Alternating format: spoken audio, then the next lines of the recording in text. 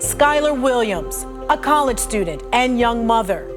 Caitlin Carol Peak, a new mom working in a medical office. And Aisha Frazier, a beloved teacher and mother of two. The women you see here, all local victims of domestic violence. Police say they were killed by men they knew. Domestic violence we know is a tough issue to talk about, but we need to. Good evening, I'm Danita Harris. And I'm Rob Powers. Domestic violence is pervasive in our community. 1 in 4 women in the country experience it. And in Cuyahoga County, 1 in 3 abusers don't spend even 1 day in jail. So we will continue reporting on this issue. It's our commitment to you. And that's why we are dedicating tonight's entire 11 p.m. newscast to bring you one woman's story and her frightening journey through the system. Right now, the 5 on Your Side investigators bring you a special report, The System, a call for help. And we warn you now, the content you're about to see is graphic.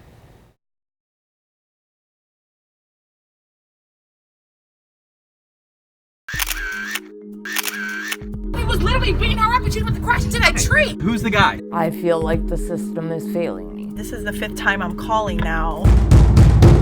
And he said, "You're next." There was just a woman driving a car and a man was hitting her. It was just another domestic violence case to them. I've been calling about an assault that I witnessed, or the aftermath of an assault that I witnessed. I'm on Franklin. He's walking down Franklin. I'm Jonathan Walsh, and tonight we have a different kind of a story for you. Here's why.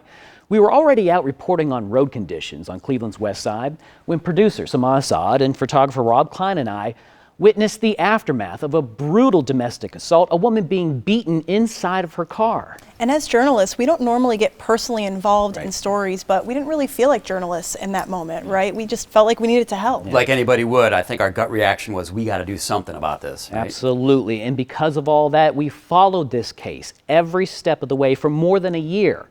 And again, we want to warn you, what you're about to see is graphic. It is real. It's exactly what happened. You okay? She's bleeding. Yeah. She probably got hidden trigger. How you doing? Is she okay? Hey, we're friends. Yeah, can you call the police? Yes, we are right now. Yeah, what, we got it. Did he hit you or did that? Yeah, no, he was, I just seen him beating her up. He was literally beating her up and she went to crash into that tree. Okay, I'm and calling. that's why I jumped in my car and I tried to help her. I don't care about this shirt being bloody. Okay. I care more about you being Okay, this is Franklin, right? Yeah, this is Franklin. I'm calling 911. 6110. Do you know who that guy was? Who's the guy? That's her, I guess that's her friend, her boyfriend. He's walking down her Ex-boyfriend. All right, we're gonna go follow him. We're gonna go follow him. Thank you. 6110 is where they are, Franklin. Dude, no one's picking up 911. The victim appeared to be in good hands, and we didn't want this guy to get away, so we followed him. There was just a woman driving a car and a man was hitting her and she ran it into a pole. This man was just beating on this woman in the car and she ran into a tree. I'm on Franklin. He's walking down Franklin by West 50. Okay, where is she at? Where is she at? There's a man who apparently beat up a woman, hit her in the face while they were driving. She's all bloodied up. We just drove by and saw her. They need help. We are now following the suspect. We're right next to the guy. So I'm driving, trying to follow the guy at a distance, the suspect, Michael Hartman. He looks absolutely menacing. Yeah, Hartman gave us the death stare as he was walking away. He threw off his bloody shirt. And at this point, police and an ambulance have responded to the victim, Melissa Loomis, and they're treating her. Hello, how are you? Pretty good.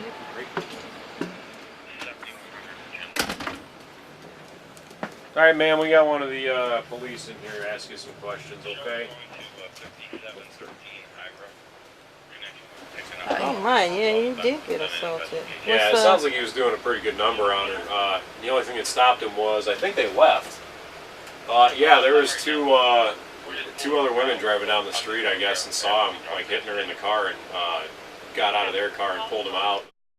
What happened on June 1st? Well, I was coming home from work and I turn on to Franklin and I see this car driving very erratically, just really slowly and like swerving. This man was hitting the woman in the driver's seat, and it caused it to, you know, collide on the other side of the road. I could see a lot of blood coming from her, and the man just had no emotion, and he just got out and walked away. Okay, copy that. Thanks. We'll be en route. It'll probably be about 10 minutes. That's one thing about like over here. That's the same, if not a little bit worse, as these domestics. Man, they ain't no joke. How many punches did you see? At least 4 or 5. I mean, he was really going at it. I'm gonna just make it a felonious assault because, I mean, that y'all look broke to me. I don't know. I'm no doctor, but. We'll see what Sarge says when he gets there. 911, do you need police, ambulance, or fire? Hi, I have an update on where a suspect is. I've been calling about an assault that I witnessed, or the aftermath of an assault that I witnessed. Okay, I gave the information. Thank you. He's a danger. All right. He's clearly a danger to himself and others. I've called 911 so many times at this point, and it's so frustrating because we haven't been able to get anybody. And Hartman is sitting outside of this bar. He's right there. He's right there. I finally see a cop, and I try to flag him down. Oh my God. Are they going to the convenience store? Oh, turn it. Are they going to the convenience store? Yes, they do. Are they? I have not. I've just been looking for it. Take a couple pictures of you. Hold on a minute.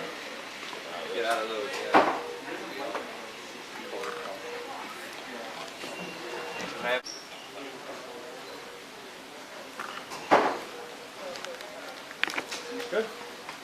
Hi, I'm following up because I had called earlier about an assault suspect that's sitting in XYZ Tavern.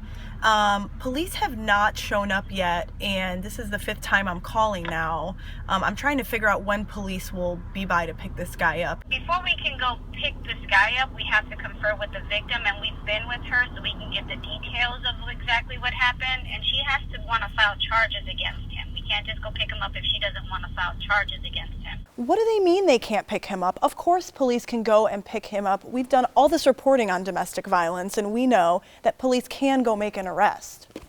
An hour and a half after our original 911 call, another cop car rolls by.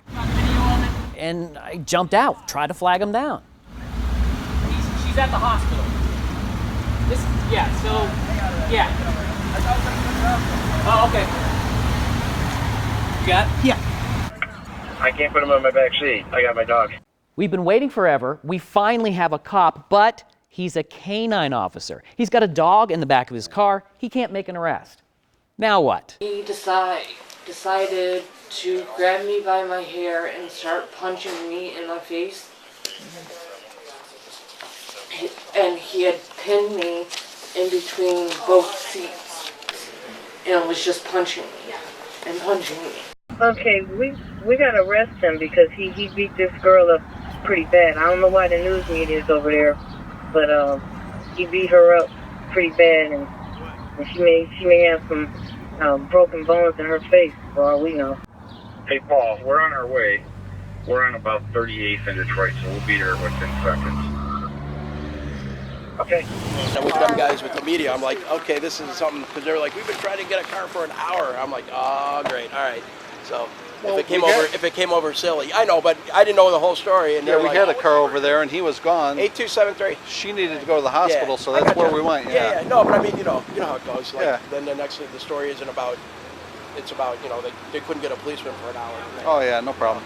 They're concerned about a negative story about police response times? I mean, they got to Melissa pretty quickly. But meanwhile, Hartman, the suspect, has been walking the streets for 2 hours. Who knows what he could have done? Right.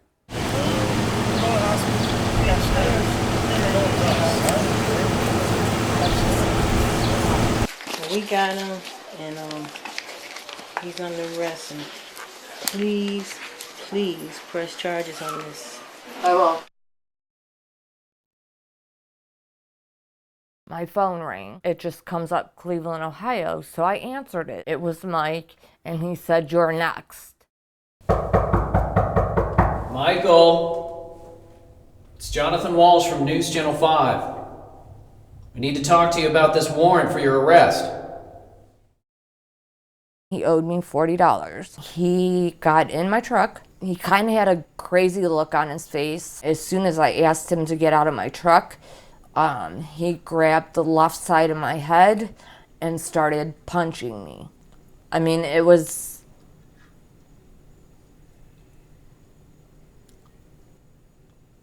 Like I said, I thought he was gonna kill me. I've never been so scared in my life.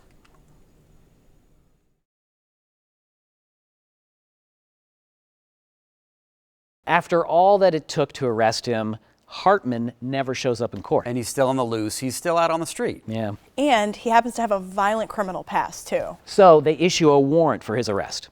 Case number 618868, Michael Hartman, KPS. So at this point, we've been in constant contact with Melissa, and she tells us that he's making threats. On my birthday, 6:30 in the morning, my phone rang. It just comes up Cleveland, Ohio, so I answered it. It was Mike, and he said, "You're next." He said, "I'm coming out there tonight to kill you." When you hear the words, "I'm going to kill you," what goes through your mind? Fear. I was scared. Very scared. I have kids. You know, I still want to be a mother. So here's Melissa Loomis, right? She's a mom. She's taking care of her mom. She loves her kids. She does not need us. No. And she's getting awful text messages. I'm going to go to the grave loving you. You did me dirty. Time to pay the piper. Those who was looking out for you, who will save them? What is it like knowing that perhaps this guy's just at his apartment and police are just not picking him up? I feel like the system is failing me, like nobody cares. After hearing all these threats, we were fearful that he was going to do something to her. And to think that he may be just sitting at home, which is completely baffling to us. So frustrating. Why can't they pick him up? So we decided we're going to pay him a visit.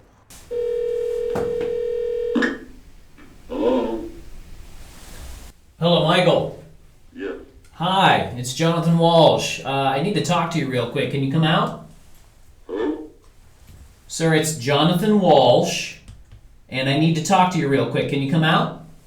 No, I don't know a Jonathan Wall. Do you know a Melissa Loomis? Who? Melissa Loomis. Yeah, I know what you're talking about. What are you talking about? There's a warrant for your arrest concerning a felonious assault. You did not show up in court. He's there. We found him. He's got warrants. Michael, it's Jonathan Walsh from News Channel 5. He's literally the thickness of a doorway. So what could we do but call for help? What's the problem? There's a gentleman who is wanted on a felonious assault. He has not shown up for court a couple of times, and he's sitting in his apartment as I speak. Do you have a date of birth or a social? I don't. Alright, if you come up with any other information, call us back and let us know. We'll try to see if we can locate a warrant for that mail, and if we do locate a warrant for that mail, then we will send the address and try to apprehend them. Okay, I do know for sure that there is a warrant for his arrest in not only Cleveland, but also Solon. Okay, so the thing is, you're not giving me a date of birth, you're not giving me a social. Why would I have his personal information? Why do they need that? Mike Hartman is actually a really common name. If we can locate something for Michael Hartman in his 50s that's a white male, then we'll send out there. If we can't, then we won't. That's how that works. So I did a quick search of the court dockets. There are only 3 Michael Hartmans listed. The only one open is this case involving the man behind that door right there.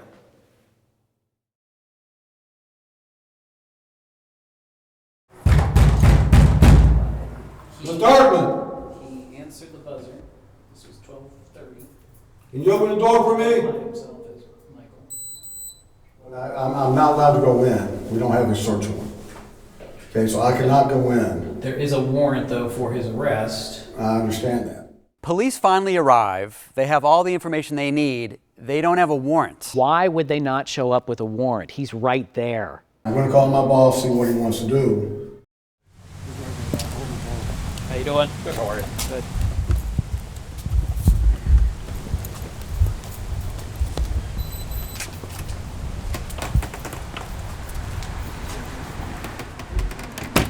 So finally, the police supervisor shows up. But again, without a search warrant. This is the second time we've tracked this guy down for them. The police response, once again, frustrating. No search warrant or anything? I mean, is that the biggest block at this point? You'd have to forward all your questions to the public information officer. Have a good day.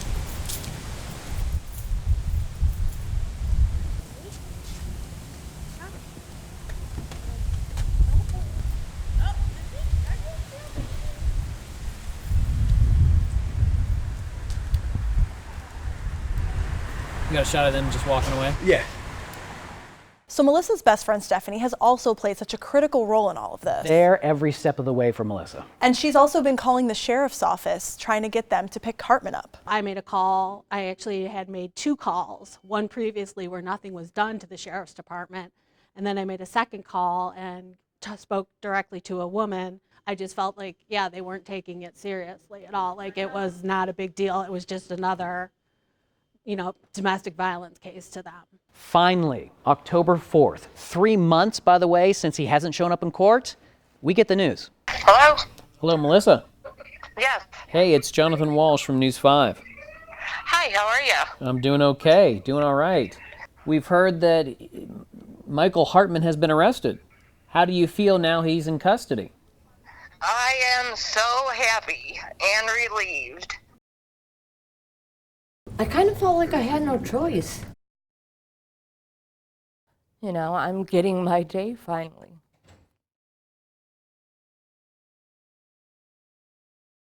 Is it emotional for you? You're gonna make me cry now. Yeah, it is. It's very emotional. Plea is just to felonious assault, so if he wants to plead to that today, he can, but it's got an agreed 2 to 4 years. So there's no reduction. Because he was just looking for the 5 years probation. Yeah, and time he wants served. probation and he wants to go to Virginia. Yeah. No.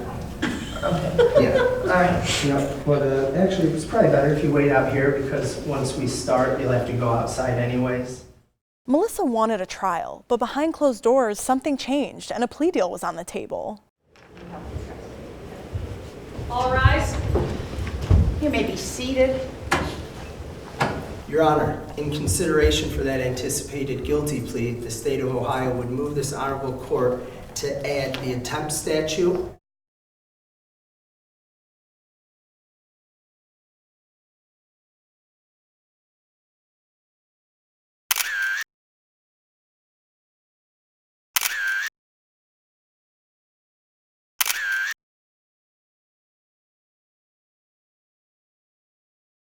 But nobody tried to reach out to you and ask you questions, what you saw? No. Nobody followed up? No. Does that surprise you? Yeah. I mean, yeah, it did. Especially because, I was an eyewitness and I stayed and I was willing to make a statement or something. But yeah, it does. And it was surprising that it was like it never happened. How do you plead? The court accepts your guilty plea. Give us your initial reaction to what happened. I'm kind of pissed. I kind of felt like I had no choice. It was either take the deal or go through a whole trial. And I didn't really want to go through a whole trial.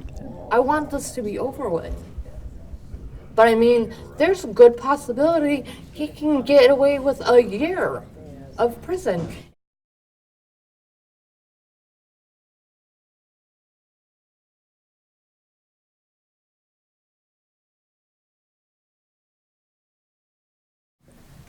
How do you feel right now? I'm very nervous. I wish Stephanie was here. Since we last spoke, Melissa's best friend Stephanie unexpectedly passed away. So I don't know how I'm going to be in the courtroom because she kind of made all this happen for me. The state would ask for prison, Your Honor, and the state would ask for the range of that prison sentence to be 3 to 5 years. The state would prefer 5 years. Thank you. Unfortunately, I still have nightmares. I take medication for them. You know, I laid up in Stephanie's house for 7 days having my children take care of me. He's just evil. And this right here, this is fake. So fake. I don't believe one tear that's being shed. I'm just so sorry for everything that's happened. I don't know the best things to be this way. He does have similar convictions as to this case, so certainly I don't believe a minimum sentence would be appropriate in this case. And sentence Mr. Hartman to a term of incarceration of 4 years to be served at the Lorraine Correctional Institution, order the sentence into execution with credit for any and all time served.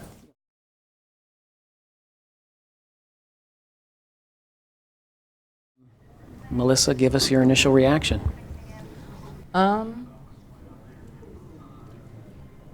I mean, I'm satisfied, I guess. I mean, I do believe he deserves a lot more time because he's just an evil person. I just kind of felt like it is what it is. I mean, the man's got to be sentenced to put in prison, you know. So if this is the way we got to do it, we got to do it. I have great family. I have great kids. I mean, they were a great support for me through all this. So yeah. I'm just happy it's done.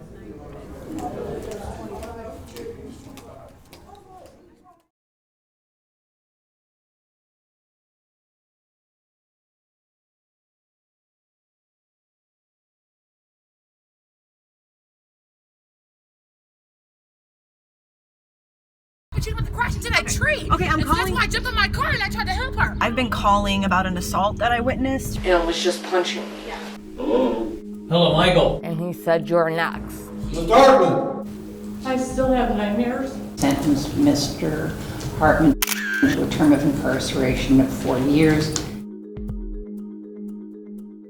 What a long, twisted process this has been. And this was only one case. Yeah, one. Some may say the justice system worked well in this case, right? He got 4 years, but look at all it took. Melissa's personal struggle, all the threats she was getting, and even though the case is over, her life is forever changed. And who knows what impact our involvement really had on this case. Right, a camera crew can't go around and follow each and every domestic violence case, but we were there for the arrest. We tracked him down. He didn't show up in court. The threats, I mean, we were there for all of it. Would he have gotten 4 years without that?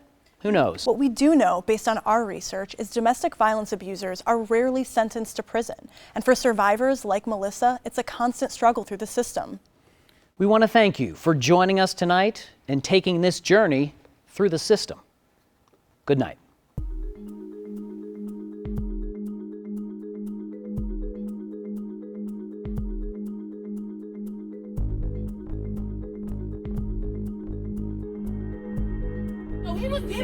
I just seen him. Cleveland EMS, what is the emergency? Cleveland 911, what's your emergency? Police, ambulance, or fire? Police, I don't think they'll need an ambulance, but there was just a woman driving a car and a man was hitting her. She ran it into a pole. And We're gonna go follow him. We're gonna go follow him. Thank you.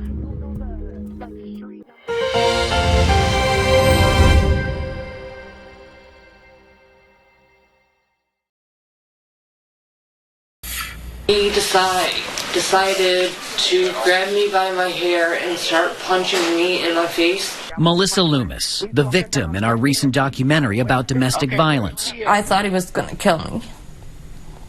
I've never been so scared in my life. Tough to watch, her struggle, Her attacker, Michael Hartman, on the loose for 3 months, making threats that he would kill Melissa. I feel like the system is failing me. I was shocked by the trauma that this woman had to endure. Cleveland City Councilman and chair of the Council Safety Committee, Matt Zone, saw Melissa's journey. This crime affects us all.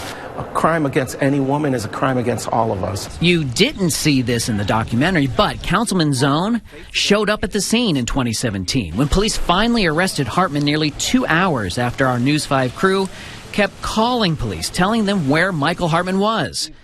Matt says more needs to be done. Looking at systems and policies and practices that are in play, how can we improve them to make sure people just don't slip through the cracks? It's hard to watch that happen. Kevin Kelly is the city council president. He watched the special report. And I accept any amount of anything the city should have done. That's something that, we acknowledge and we need to get better. Councilman Kelly doesn't solely blame the police or the courts. He blames everyone. He says it's a community problem that we all need to step up and help the victims. Create a circle of support for the survivor so that she will have the confidence to know that as she goes forward that everybody's going to have her back. Dr. Laura Voith from Case Western Reserve University has been part of that circle as she's worked with victims who've had trauma through domestic violence. We showed her the documentary that covered the 12 months of Melissa's case. What are the missing supports from our community in those moments so that she can go on in that year and not feel threatened? And that's what the councilmen say will be addressed during a special subcommittee meeting March 27th that focuses on domestic violence. The lack of police officers and Cleveland specialty units like domestic violence will be in the discussion too. This is going to be a priority, and when we have our hearing on the 27th, that we get these units staffed up. At that hearing, Police Chief Calvin Williams will be there. Interesting that he will be talking then, but when we asked for a reaction to our documentary, Mayor's office, nothing. Prosecutor's office, nothing. U.S. Senator Rob Portman took the time to respond. Domestic violence happens in every community across this country. This investigative piece will help make people aware of the prevalence and the challenges victims face in the legal process. However, the public information officer for Cleveland Police, Jennifer Chotch, said, "I do not have anything to add. We will not be interviewing. Have a nice day." The bottom line that, for me, is that we can all do better. We can all, as a community, do better. I'm 5 on Your Side investigator Jonathan Walsh. Domestic violence advocates are speaking out tonight about our News 5 investigative documentary, The System, a call for help. And in that 23-minute report, we followed Melissa Loomis's case from the initial assault that we came upon in 2017 to the attacker, Michael Hartman, not showing up in court. Hartman making threats to the sentencing a year after the incident. 5 on Your Side investigator Jonathan Walsh was there for it all. Yeah, Jonathan, victim advocates are calling this a powerful report. Yeah, and they tell us that what we capture, as a matter of fact, is exactly what they see all the time. Problems in the system where victims are suffering. It makes me angry that we see so much of this happening in our communities. Melissa Graves is the CEO of the nonprofit Domestic Violence and Child Advocacy Center. Every year, it helps 20,000 men, women, and children who are victims in Cuyahoga County. So many of the themes that were highlighted in your story, our folks are seeing every day with the cases they work with. In our report, we showed the attacker, Michael Hartman, threatening to kill his ex-girlfriend, Melissa Loomis, via phone calls and text messages, all while there were warrants out for his arrest. How is a victim of domestic violence supposed to stay safe during those 3 months? That's a really big challenge. And you see a lot of that? Yeah.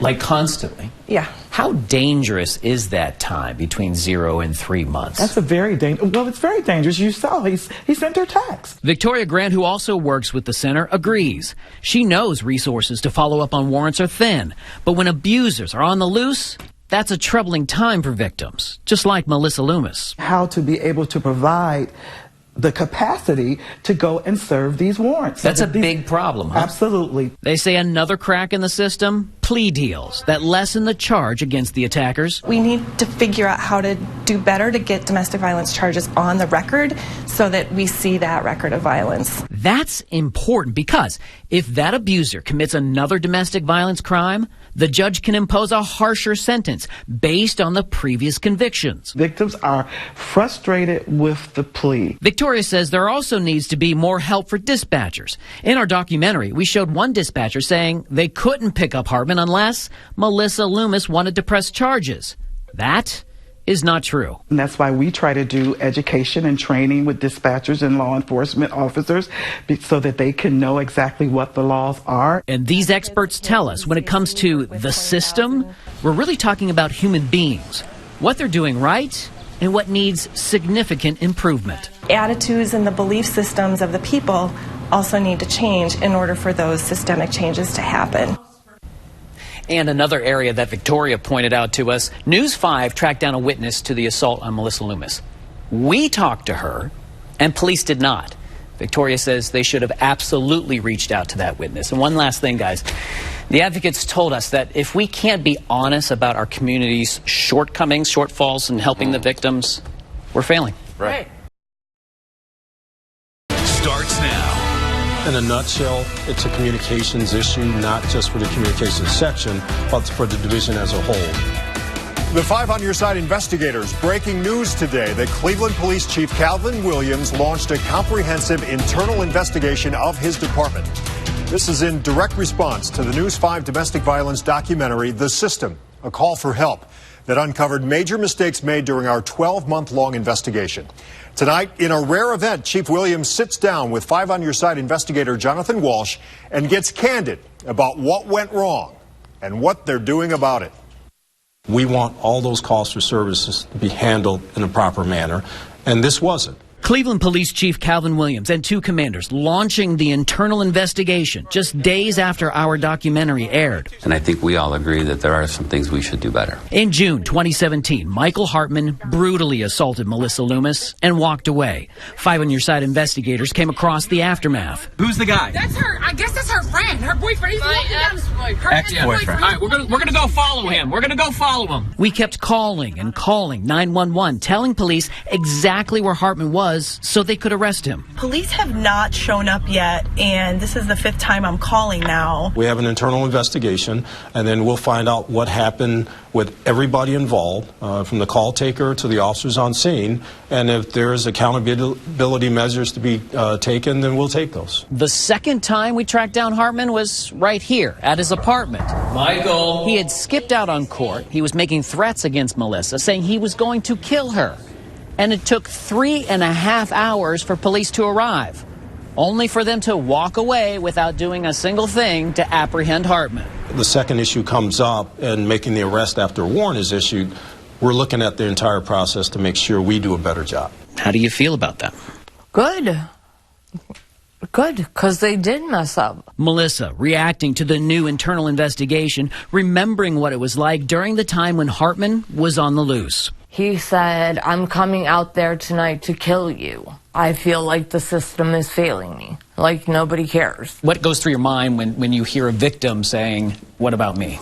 Well, of course, our main concern is the victim, and especially in a crime of violence like this. Part of me feels like they owe me an apology. Police told us since that assault in 2017, they've implemented new technology with computer-aided dispatch. We've changed the system. Part of it is our response to particular calls are coded in a certain way. So we're changing some of that. And along with that goes training. And they say they're examining the response of those answering our 911 calls. I listened to some of the call taking audio, and we could have handled it more professional. We've heard from domestic violence victims advocates who deal with police and victims. They tell us the kind of treatment shown during our documentary is something they see all the time. It makes me angry that we see so much of this happening in our communities. Desperate improvement is needed for victims just like Melissa Loomis. I thought he was going to kill me. I've never been so scared in my life. Who are brave enough to tell their stories. It was hard, to put all that personal information out there. And who just want to help others going through domestic violence. Don't just sit still. Tell whoever you can. Go to whoever you can. I'm 5 on Your Side investigator Jonathan Walsh. And now, a 5 on Your Side investigative documentary that led to changes in Cleveland police policy. Back in March, we aired the special The System, A Call for Help, where we witnessed the aftermath of a brutal domestic violence attack. 5 on Your Side investigators followed this case for a year, even tracking down the suspect twice. But police response was questionable, so much so that within days of airing that report, Police Chief Calvin Williams announced an internal investigation. We're working on making sure that our process is a lot better. Tonight, investigator Jonathan Walsh tells us these new policy changes are meant to help catch violent offenders and better protect their victims. My initial reaction is there are some things that we did wrong. That was Cleveland Police Chief Calvin Williams shortly after The System, A Call for Help aired. He was literally beating her up and she was about to crash into that tree. He and his commanders were upset with how police personnel handled our repeated calls for assistance catching then domestic violence suspect Michael Hartman. We could have been more due diligent in expediting the actual response of the zone car to the area. Hartman brutally beat his ex-girlfriend, Melissa Loomis. He then skipped out on court. He was threatening to hurt, even kill Melissa for months. She read us some of his texts. Time to pay the piper.